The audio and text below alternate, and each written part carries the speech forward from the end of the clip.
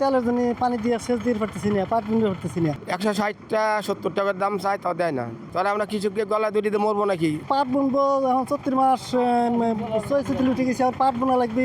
পাটের বিচি নিছি, কিন্তু এখন তেলের জন্য পানি দিয়ে সেচ দিয়ে পারতেছি না, পাট বিন্দু পারতেছি না। পাট বুনবো এখন কি অবস্থা, কারণ এই খান খারাপ সেই বাগলপুরতে আসছে, এই জায়গায় তেল লওয়ার জন্য গরম মরে যে তেল এখানে দিতেছে, এখন কয় তেল নেই।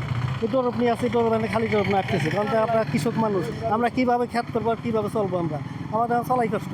আর কীভাবে আমরা এই পানি সেচ না দিলে আমরা খেত খোলা করবো। পাট বুনবো এখন 34 মাস পড়ার শেষে পরের অর্ধেক আসি আমরা এখন পাট বুনবো কীভাবে, কারণ তো আমাকে তো তেল দেয় না। তেল লাগবে কৃষক, আমরা পাট খেত বুনবো 34 মাসে 10-15 দিন হয়ে গেছে, পাট বুনতেছে, তেল পাইতেছে না, তেল নিকট পাম্প আসলাম লাস্টে, তাও কাপ আমার তেল নাই। তাহলে আমরা কী বিপদে পড়ছি কিছু মানুষ। দুই এক জায়গায় তেল আছে, তেল বিক্রি করতেছে না, তারা 160টা লিটার তেল চাইতেছে।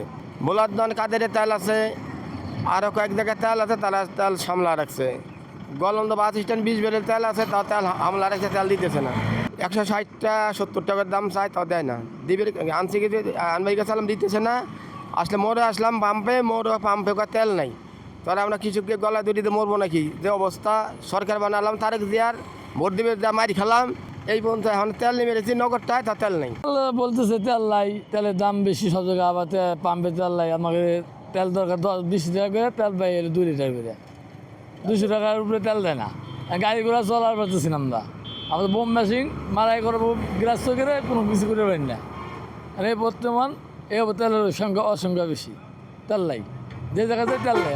আমরা 4বার আসছি, আমি এই পাম্পে 4বার আসছি, একদিনও আমি তেল পাই না। এসে সব দিন এসে ঘুরে গেছি, রাত্রে আইসি দেখি লাইট অফ করা, তেল নাই এখানে।